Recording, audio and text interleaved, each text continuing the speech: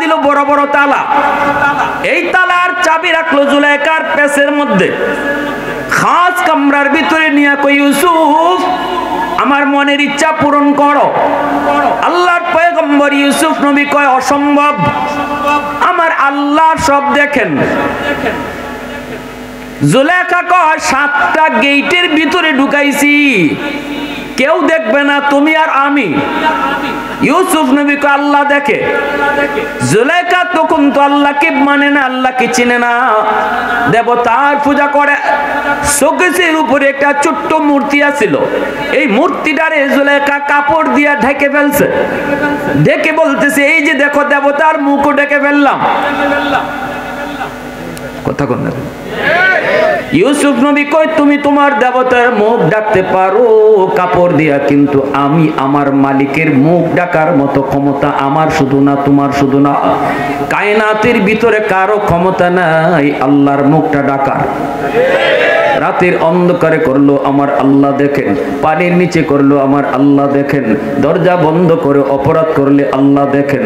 উস্তাদের চোখে ফাঁকি দিলেও আমার আল্লাহর চোখে ফাঁকি দেওয়া যায় না, বাপ মার চোখে ফাঁকি দিলেও আল্লাহর চোখে ফাঁকি দেওয়া যায় না। ঠিক কিনা জোরে বলেন? কেউ না দেখলেও দেখেন কে? আল্লাহর পয়গম্বর ইউসুফ নবী কয়, না না, হবে না। জুলেখা কয়, না, তাহলে আমার মনের ইচ্ছা পূরণ করতেই হবে।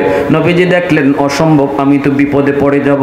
চিন্তায় পড়ে গেলেন পয়গম্বর, আল্লাহর কাছে বলেন, মালিক এখন আমি কি করব? তালা তো মারা, কিন্তু মনে মনে তিনি জানতেছেন, বুঝতেছেন আমার আল্লাহ বলেছেন, বান্দা গুনাহ থেকে বাঁচার জন্য যদ্দূর তোমার পক্ষে সম্ভব তুমি এদ্দূর করো, বাকিটা করব আমি আল্লাহ। দরজা পর্যন্ত যাওয়া আমার কাম, তালা খুলে দেওয়া আমার কাম না। কামটা কার? ইউসুফ নবী দৌড় দিয়া দরজা পর্যন্ত গেলেন, তালা খুলে দিলেন কে? ওয়াল্লাযীনা জাহাদু ফীনা লানাহদিয়ান্নাহুম সুবুলানা ওয়া ইন্নাল্লাহা লামাআল মুহসিনিন। আল্লাহ পাক কয়, তুমি যতদূর চেষ্টা করো এতদূর করো, বাকিটা করব আমি আল্লাহ। ইউসুফ নবী তিনি দরজা পর্যন্ত গেলেন, আল্লাহ তালাটা খুলে দিলেন। এইভাবে 7টা তালা আল্লাহ খুলে দিলেন। ইউসুফ নবী তিনি দরজার বাহিরে পৌঁছলেন, সাথে সাথে জুলাইখার স্বামী সামনে এসে হাজির। ইউসুফ নবী অবাক হয়ে গেলেন, জুলাইখা তো আরো বিপদে পড়লো, স্বামীর সামনে ধরা। স্বামী দেখতেছে পিছনে বউ দৌড়ায়, সামনের দিকে ইউসুফ দৌড়ায়। এখন স্বামী দাঁড়ায় আছে আজিজে মিশর। জুলেখা বলতেছে, আগেই কয়ে উঠছে মহিলাদের ষড়যন্ত্র বড় কঠিন। সাথে সাথে জুলেখা কয়ে, দেখছুনি যেই ফুলাটারে তুমি এতদিন ধরে মায়া কইরা করে পালছো, তোমার ঘরে লালন পালন কইরা খাওয়াইছো, বড় করছো, আজকে সেই তোমার স্ত্রীর সাথে খারাপ করতে চাইছে। নাউজুবিল্লাহ একজনও কয় না। আপনারা আমার কথা বুঝেনি না, বুঝতে কোন সময় নাউজুবিল্লাহ, কোন সময় আউজুবিল্লাহ, একটু বুঝেন। আল্লাহ নবীর উপর অপবাদ দিয়া বসছে। হ্যাঁ, যে পোলাটারে যে এত আদর করে বড় করছেন, ও আজকে দেখছো তোমার আমানতে খেয়ানত করতে চাইছে। সাথে সাথে ইউসুফ নবী কয়, মিথ্যা কথা, আমি এমন করি নাই, আপনার বউ খারাপ করতে চাইছে। এখন জুলেখা কয় ইউসুফ দোষী, আর ইউসুফ নবী কয় জুলেখা দোষী। দুইজনে লাগছে গন্ডগোল, সমাধান দিবে কে? আল্লাহর পক্ষ থেকে একটা শিশু বাচ্চা, দুধের বাচ্চা, যে বাচ্চা কথা বলতে জানে না, মার দুধ খায়, দুধের বাচ্চা কথা কয়, ওই দুধের বাচ্চা বলতেছে মার কুলে তেক্কা, ও আজিজে মিশর। আল্লাহ দুধের বাচ্চার জবান খুলে দিছে। একটা দুধের বাচ্চারে দিয়ে আল্লাহ সাক্ষী দেওয়াইতেছে, যেন আজিজে মিশরের কোনো সন্দেহ না থাকে। বড় একজন মানুষ দিয়ে সাক্ষী দিলে পরে হয়তো জুলেখার স্বামীর মনের ভিতরে এটা আসতে পারতো যে হে কারো পক্ষ নিতেছে, কিন্তু একটা দুধের বাচ্চা, সে তো কারো পক্ষ বিপক্ষ বুঝে না, ঠিক কি না? দুধের বাচ্চাটা কয়, শুনেন কে দোষী আমিও বলবো না, আমি বলবো না ইউসুফ দোষী নাকি জুলেখা দোষী, আমি একটা থিওরি বইলা দিই, থিওরি, ওই থিওরি দিয়ে তুমি সামনে আগান, আপনি পাওয়া যাবেন কে সঠিক আর কে মিথ্যা, কে সত্য কয় আর কে মিথ্যা কয়। কয় কেমনে? কয় ইউসুফের জামা সামনের দিকে ছিঁড়া না পিছনের দিকে ছিঁড়া, এটা তালাশ করে দেখো। যদি জামা সামনের দিকে ছিঁড়া হয় তাহলে বুঝবা ইউসুফ দোষী, আর যদি পিছনে ছিঁড়া হয় বুঝবা জুলেখা দোষী। ইউসুফ দৌড়ে ভাগতে চাইছে আর জুলেখা আটকাইতে চাইছে, জামা ধরে টান দিছে, হয়তো পিছনে ছিঁড়ছে আর সামনে ছিঁড়লে ইউসুফ দোষী। এখনই আজিজে মিশর কয় থিওরিটা তো সুন্দর। সে যখন ইউসুফ নবীর জামা তালাশ করলো, সামনে না পিছনে ছিঁড়া, দেখে পিছনে ছিঁড়া, জুলেখা দোষী হয়ে গেল। ইউসুফ নবীর আল্লাহ পাক ইজ্জতের সাথে বাঁচায় আনলেন, কিন্তু এরপরও জুলেখা এই জিদ মিটাইবার জন্য ইউসুফ আলাইহিস সালামরে কারাগারে রাখলো, স্বামীরে বুঝাইয়া কারাগারে রাখলো। সেই ইউসুফ আলাইহিস সালাম একসময় মিশরের খাদ্যমন্ত্রী হলেন। অভাব দেখা দিল 7 বৎসর, দুর্ভিক্ষ দেখা দিল, ওই দুর্ভিক্ষ কাটলো। এরপরে আবার মানুষের মধ্যে দুর্ভিক্ষ হওয়ার আগে 7 বছর তিনি ফসল ফলাইলেন, আর দুর্ভিক্ষের বৎসরটাতে ইনি দেশের জনগণকে এই লাইন দইরা দইরা গম দিতেন, আটা দিতেন। বিভিন্ন দেশ থেকে মানুষ আসতো। আল্লাহ পাক রব্বুল আলামিন তার পয়গম্বরে একটা অর্থ মন্ত্রণালয়, খাদ্য মন্ত্রণালয়ের দায়িত্ব প্রথমে তারে দিয়া চালাইছেন। এইবার তিনি যখন লাইন দিয়ে মানুষকে দিতেছেন, একজন আয় 1 কেজি করে আটা দেওয়া হয়, প্রতিজন প্রতি 1 কেজি আটা দেওয়া হয়। একজন যুবক আসছে, আয়েশা বলতেছে আমারে 5 কেজি দেন, 1 কেজি আমি নিব না। ইউসুফ আলাইহিস সালাম বলতেছেন সবার জন্যই আইন সমান, আপনারা 5 কেজি কেন দিব? সবাই 1 কেজি করে নিতেছে, আপনারা 5 কেজি কেন দেব? 1 কেজি করে নেন। আপনার ফ্যামিলিতে যদি 5 জন থাকে তাহলে 5 জন আনেন, 5 জনরে 5 কেজি দেই। ওই যুবক বলতেছে জি না, ফ্যামিলিতে কেউ লাগবে না, আমি একাই, আমারে 5 কেজি দিতে হবে। আর যদি বেশি বলেন তাহলে 10 কেজি দিতে হবে। ইউসুফ আলাইহিস সালাম তো অবাক, কি রে এটা কেমন যুবক? ইউসুফ আলাইহিস সালাম বলেন কি ব্যাপার, কি আপনার মাথায় সমস্যা? কোনো সমস্যা নাই, 20 কেজি দিতে হবে। কথা বললেই ডাবল বাড়ে। ইউসুফ আলাইহিস সালাম বলেন ব্যাপার কি? কয় আমার পরিচয় যদি আপনি পান তাহলে 20 কেজি 40 কেজি না, পুরা বাইতুল মালি আমারে দিয়া দিবেন, পুরা গোডাউন দিয়া দিবেন আমারে। ইউসুফ আলাইহিস সালাম বলে কে তুমি? সাথে সাথে যুবক কয় ও আল্লাহর পয়গম্বর, মনে পড়েনি আপনি জুলেখার ষড়যন্ত্রে ফেঁসে গেছিলেন। দরজার সামনে জুলেখার স্বামী। জুলেখা কয় আপনি দোষী, আপনি কোন জুলেখা দোষী? আপনাকে নিরপরাধ প্রমাণ করেছিল কে? কয়েকটা দুধের বাচ্চা। সাথে সাথে যুবক কয় আমি সেই দুধের বাচ্চা, আজকের যুবক। আল্লাহু আকবার জোরে বলেন, আরেকটু জোরে বলেন আল্লাহু আকবার। আল্লাহর পয়গম্বর ইউসুফ সাথে সাথে বুকের সাথে বুক মিলায়া, কপালে চুমু খায়া, চোখের পানিটা জড়ায়া তার জন্য দোয়া করেন। আর করেন ভাইরে যা তুই যাও, গোডাউনে যা আছে সব তোরে দিয়ে দিলাম। এইবার আল্লাহ কই ইউসুফ একবার শুধু তোমার সাক্ষী দিয়া তোমার নিরপরাধ প্রমাণ করেছে, একবার শুধু তোমার বরত্বের সাক্ষী দিছিল যেই যুবক, এই যুবককে তুমি গোডাউনের মালিক বানায় দিছো। ভবিষ্যতে একদল উম্মত আসতেছে জমিনে, আমার বন্ধুর উম্মত, এরা দৈনিক 5 বার আমি আল্লাহর বরত্বের ঘোষণা দিব, 5 বার আমারে সাক্ষী দিব। ওই উম্মতকে আমি আল্লাহ জান্নাতের গোডাউন দিয়া দিব। আওয়াজ দিয়া কন্যা সুবহানাল্লাহ, আরো জোরে সুবহানাল্লাহ।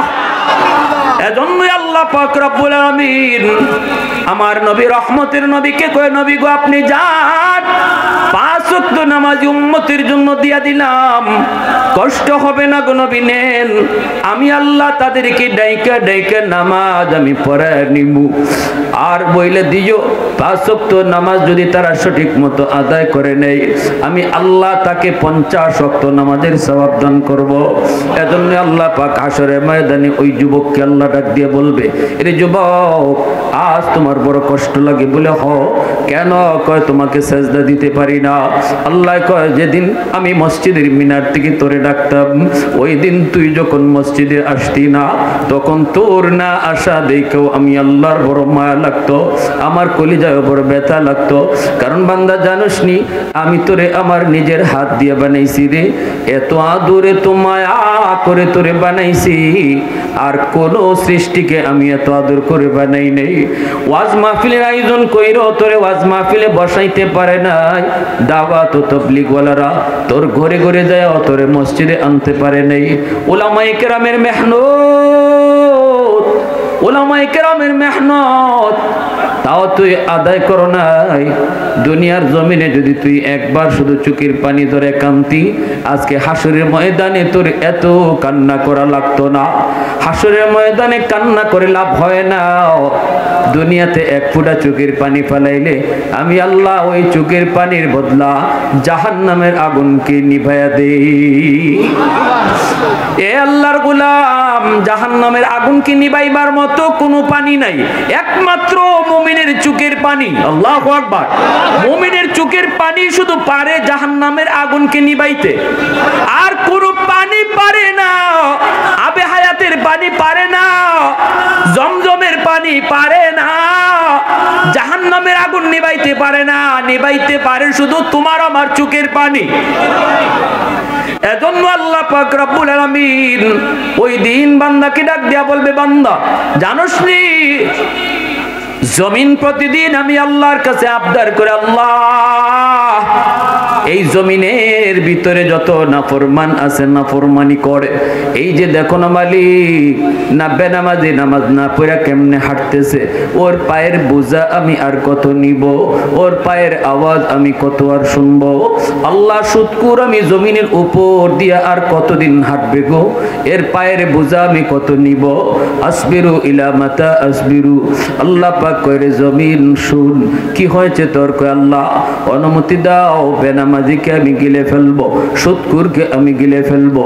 আবতালিউ ইবনা আদম ফি করি, নাফরমান গুলিকে আমি জমিন জিন্দা গিলে ফেলবো। আল্লাহ পাক কয় কেন, কয় এদের গুনাহ আমি আর কত দেখবো। আল্লাহ পাক কয় শুধু জমিন নয়, জমিন নয়, ওয়াল বাহরা ইস্তাজিলু রাব্বাহু, সাগর মহাসাগর গুলি পর্যন্ত আমি আল্লাহর কাছে আবদার করে। কক্সবাজার সমুদ্র সৈকতের পাড়ে এ যুবক, কুয়াকাটা সমুদ্র সৈকতের পাড়ে, কক্সবাজার সমুদ্র সৈকতের পাড়ে কত গুনাহ হয়, কত যুবক যুবতী অন্যায় করে, সমুদ্রের পানি তাকায়া তাকায়া গুনাহগুলি দেখে, আল্লাহর কাছে আবদার করে মালিক আর কত গুনাহ দেখবো, আর কত আমি নাফরমানি দেখবো। আমি সাগর কতটা ভয়ঙ্কর নাফরমান ভালো করে জানে। তোমার হুকুম পাইলে আমি সব ডুবাইয়া দিতে পারি, তোমার হুকুম পাইলে আমি সব তলায় দিতে পারি, কিন্তু আমার সামনে কি গুনাহ করে আর কত নাফরমানি করে। আল্লাহ অনুমতি দাও, ওই নাফরমান গুলিকে আমি ডুবাইয়া দিব, এই নাপাক জমিনটারে আমি পাক বানায় দিব। আল্লাহ পাক কই নারী জমিন না, এই সাগর মহাসাগর না, আমার বান্দা বান্দির ব্যাপারে তোরা কথা বলবি না, এরা তো আমি আল্লাহর সৃষ্টি, আমি তো ওদেরকে নিজের হাতে বানাইছি। গুনাহ করলো আমার বান্দা, নেক করলো আমার বান্দা, তোদের কি? আল্লাহু আকবার জোরে কও। আমি আল্লাহ অপেক্ষায় আছি কোথায় কোন জায়গায় ওয়াজ মাহফিলে বসে যদি চোখের পানিটা চাই রাখো, আল্লাহ এতদিন যা নামাজ সারছি আর সারমু না গো, হাসরের ময়দানে তোমার কদম দেখেও আমি বেনামাজি সেজদা দিতে পারবো না, আমার চোখ দিয়ে পানির বদলে রক্ত ঝরবে। আল্লাহ আর জীবনে নামাজ সারমু না। আল্লাহ কয় যদি এতটুকু কথা মাহফিলের কোনায় বইসা আমার বান্দা কইব, মুহূর্তের ভিতরে আমি তার জিন্দেগীর সব গুনাহ মাফ করে দিমু। লাউলা মাশাইখু রুকা ওয়াশবাবু খুশা ওয়াল আতফালু রুদ্দা ওয়াল আনআমু রুদ্দা লাজআলতুস সামাআ হাদিদা ওয়াল আরদা খাফসাবা ওয়াত তুরাবা রামাদা ওয়ামা আনজালতু মিনাস সামাই কাতরা ওয়ামা আনবাতু মিনাল আরদি নাবাতা বাল আনজালতু আলাইকুমুল আযাবা সাব্বা। আল্লাহ কয় জমিন শুনো, ছাড়দল যতদিন পর্যন্ত জমিনের ভিতরে থাকবে রে, আমি জমিন টিকায় রাখবো। এক নাম্বার হলো এই জমিনের ভিতরে আমার কিছু বৃদ্ধ বিদ্যা বান্দি আছে, আমার কিছু বান্দা বান্দি আছে বৃদ্ধ, কোমরে তার ব্যথা, হাঁটুতে তার ব্যথা, রুকু করতে তার কষ্ট হয়, সেজদা দিতে কষ্ট হয়, এরপরও কষ্ট করে করে আমাকে সেজদা দেয়। আমার ওই বান্দা বান্দির সেজদার দিকে তাকাইলে এই জমিনের প্রতি আমার মায়া লেগে যায়। জমিনের ভিতরে আল্লাহর এমন কিছু বান্দা বান্দি আছে না নাই, বয়স হয়ে গেছে, বৃদ্ধ বয়স হয়ে গেছে, চুলদারি পেকে গেছে, কোমরে ব্যথা, হাঁটুতে ব্যথা, রুকু করতে গেলে পরে কোমরের রগ ছিঁড়ে যায়, সেজদায় গেলে পরে তার কোমরের রগ ছিঁড়ে যায়। এরকম যে বান্দা বান্দি গুলা কষ্ট করে আল্লাহরে সেজদা দেয়, আল্লাহ বলে এই সেজদার দিকে তাকাইলে আমি জমিনের প্রতি মায়া লেগে যায়। 2 নম্বর আল্লাহ কয়, এ জমিন, আমি দেখি যখন জমিনের উপরে কিছু যুবক যৌবনের পাগলামি করে না, বন্ধুদের সাথে গুনার কাজে যায় না, অথচ তার যৌবনের চাহিদা হলো গুনাহ করা, যৌবনের চাহিদা হলো জিনা করা, যৌবনের চাহিদা হলো চুরি করা, যৌবনের চাহিদা হলো খুন খারাপি করা। কিন্তু যেই যুবক যৌবনে পাগলামি করে না, যৌবনে তারে মসজিদে পাওয়া যায়, যৌবনে তারে আমি আল্লাহর গোলামি করতে দেখা যায়, যৌবনে বাপ মার সেবা করতে পাওয়া যায়, যৌবনে মুরব্বীদেরকে শ্রদ্ধা করতে দেখা যায়, ওই যুবক যেই যুবক যৌবনে মাথায় টুপি পরে মুখে দাড়ি রাখি, ওই যুবক যেই যুবকের কলিজার মধ্যে আমি আল্লাহর প্রেম জমায় নেয়, ওই যুবকের দিকে যখন আমি তাকাই তখন এই জমিনের প্রতি আমার মায়া লেগে যায়। একটু আওয়াজ দেয়া কও না সুবহানাল্লাহ, আর একটু জোরে কও না সুবহানাল্লাহ। এ যুবক, তুমি যদি বলো হুজুর পারি না পারি না পারি না, আমি বলবো বহু যুবক তোমার মতো আছে পারে। আমি একদিন ঢাকা ইউনিভার্সিটিতে গেলাম, আমার এক বন্ধু আমাকে দাওয়াত করলো, ইউনিভার্সিটিতে জোহরের নামাজ পড়লাম, নামাজ পড়ে বের হলাম, বন্ধুর সাথে মুসাফা করলাম, বন্ধুর পাশেই আরেকজন আমার সাথে মুসাফা করলো, চেহারাটা এত সুন্দর, মাথার মধ্যে তার সাদা পাগড়ি পরা, পরনে একটা লম্বা জুব্বা পরা, সুন্নতি দাড়ি, চেহারাটা এত সুন্দর যেন নূরে চমকাইতেছে। আমার দোস্ত আমার কয়, দোস্ত তুমি তারে চিনছনি? আমি কই না দোস্ত, কেমনে চিনবো? কয় কও তো, একটি আন্দাজ করে কও। আমি বললাম হয়তো কোনো মাদ্রাসার ছাত্র, নয়তো মাদ্রাসায় পড়ায়। দোস্ত কয় না রে দোস্ত, সে জিন্দিগিতেও কোনোদিন মাদ্রাসায় পড়ে নাই, শুরুকাল থেকে স্কুলে পড়ালেখা করছে, তবে তার ঘরটা হলো ধর্মীয় পরিবেশের, ধর্মীয় ঘর, বাবাও ধার্মিক মাও ধার্মিক, ঘরের মধ্যে টেলিভিশন নাই, ঘরের মধ্যে কোরআন তেলাওয়াত, জন্মের পর থেকে তিলাওয়াত শূন্য শূন্য বড় হইছে। আল্লাহু আকবার, জোরে কও। মা দুধ খাওয়াইছে, কোরআন তেলাওয়াত করছে। আল্লাহু আকবার। মা দুধ খাওয়াইছে, কোরআন তেলাওয়াত করছে। এজন্যই তো কুতুবউদ্দিন বখতিয়ার কাকের মা কয়, আমার কুতুবউদ্দিন 7 বছর বয়সে 15 পারার হাফেজ কেমনে হইছে আমি মা নিজেও জানি না, তবে আমি একদূর জানি, আমার কুতুবউদ্দিনকে আমি যখনই দুধ পান করাইতাম, ওযু কইরা দুধ পান করাইতাম, যখনই আমার কুতুবউদ্দিনকে দুধ পান করাইতাম, কোরআন তেলাওয়াত করতাম, মনে হয় দুধের সাথে কোরআন তেলাওয়াত যায় ঢুকছে। আল্লাহু আকবার, জোরে কও। মা দুধ পান করানোর সময় যদি কোরআন তেলাওয়াত করে, দুধের সাথে তেলাওয়াত যায় ঢুকে। মা দুধ পান করানোর সময় যদি গান শুনে, দুধের সাথে গানও যায় ঢুকে। ঠিক কিনা, জোরে কও। এজন্য মা, তোমার সন্তানকে তুমি তিলাওয়াত শোনাইয়া তিলাওয়াত ভিতরে দিবা নাকি গান শোনায় গান ভিতরে দিবা, এটা মার সিদ্ধান্ত। মা যদি এই ব্যাপারে ভুল করে, কিয়ামতের ময়দানে মাকে সন্তান আসামি বানায় দিবে, বাবা যদি ভুল করে সন্তান বাবাকে আসামি বানায় দিবে। রব্বানা আতিহিম দিফাইনি মিনাল আযাব ওয়ালআনহুম লানান কাবীরা। সন্তানে কইব, আল্লাহ আমি তো দুনিয়াতে আইছিলাম মঈনুদ্দিন চিশতি আব্দুল কাদের জিলানীর মতো ওলি হইয়া, আমার মার ভুলের কারণে আমার বুজুর্গি নষ্ট হয়েছে, আমার বাবার ভুলের কারণে বুজুর্গি নষ্ট হয়েছে, আমি বেনামাজি হয়েছি, আমি মদকুর হয়েছি, আমি ইয়াবাকুর হয়েছি, আমি গাঞ্জাকুর হয়েছি, আমার মার কারণে বাবার কারণে। কোথায় আমারে ভর্তি করলো, কি শিখাইলো? আল্লাহ তোমার পরিচয় শিখায় নাই, ব্যাঙ্গের ফাল শিখাইলো, সাইকেল দৌড়ানি শিখাইলো, আগডুম বাগডুম ঘোরাডুম সাজে শিখাইলো, কিন্তু নামাজ শিখাইলো না, আখিরাত বুঝাইলো না। আমার মা দায়ী, আমার বাবা দায়ী। আনো, আমাকে যেই পরিমাণ শাস্তি তুমি দিবা, বাপ মারে ডাবল শাস্তি দাও। নাউজুবিল্লাহ, জোরে কও। কলিজার টুকরা সন্তান আল্লাহর আদালতে বাপ মার বিরুদ্ধে মামলা দিবে যুবক, বাপ মার বিরুদ্ধে মামলা দিয়ে বসবে। এজন্য আমার বন্ধু বলতেছে, দোস্ত সে তো স্কুলে পড়ছে, ঢাকা ইউনিভার্সিটিতে ভর্তি হওয়ার সময় ভর্তি পরীক্ষায় সর্বোচ্চ নাম্বার পাইছে, ইংলিশে অনার্স নিছে, ইংলিশে অনার্স পরীক্ষায়ও ফার্স্ট হয়েছে, অর্থাৎ ঢাকা ইউনিভার্সিটির মধ্যে সবচেয়ে ভালো স্টুডেন্ট, ওর উপরে ভালো কোনো স্টুডেন্ট নাই।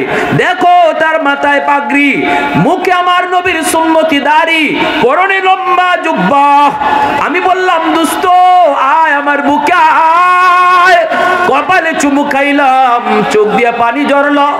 এই পরিবেশে তুমি কেমনে নবীর এই পোশাক নিয়ে চলো, তোমার কি অসুবিধা হয় না? কই হুজুর দোয়া কইরেন, আমাকে দেখলে আমার ইউনিভার্সিটির মেয়েরা এরাও আমাকে দেখলে মাথায় কাপড় দিয়া দেয়, সহপাঠীরা সালাম দেয়, মেয়েরা আমাকে দেখলে মাথায় কাপড় দিয়ে দেয়। আমার উস্তাদরা আমাকে খুব সম্মান করে, খুব মায়া করে, আমি আমার উস্তাদদেরকে খুব সম্মান করি। ঢাকা ইউনিভার্সিটির মধ্যে আমাকে চিনে না এমন কেউ নাই, সবাই আমাকে অনেক সম্মানের চোখে দেখে। অতএব যুবক, কলেজে পড়া আপত্তি নাই, ভার্সিটিতে পড়া আপত্তি নাই, শিশুকালটা মুসলমানের বাচ্চা হইয়া তারপরে কলেজে যাও। যেখানে যাইবা আমার নবীর সুরতার রং নিয়ে যদি থাকো, ওই জায়গাতে তোমাকেই সবাই সবচেয়ে বেশি সম্মান দিবে, ঠিক কি না? যেখানে যাইবা এখানেই সম্মান, আল্লাহ তোমাকে নবীর রং ধরার কারণে আল্লাহ সম্মান বাড়াইয়া দিবে, ঠিক কি না ভাই? আমার ভাইরা বন্ধুরা, এজন্যই আল্লাহ পাক রব্বুল আলামিন বলবে, বান্দারে কষ্ট লাগে তোর, আমারে সেজদা দিতে পারো না, দুনিয়াতে তোরে কত ডাকছি আমি আল্লাহ, দিনও 5 বার ডাকছি, হ্যাঁ ওয়াজ মাহফিল কইরো এলাকার মানুষে ডাকছে, তোরে বসাইতে পারে নাই। ওই দিন যদি তুই আমার ডাকে আসতি, আর আমি আল্লাহর কোনো একটা কথায় যদি তোর কলিজাটা দিল নরম করে দিতাম, আর এক ফোঁটা চোখের পানি ফেলাইতে, আজকে চোখের পানির বদলে রক্ত ঝরানো লাগতো না।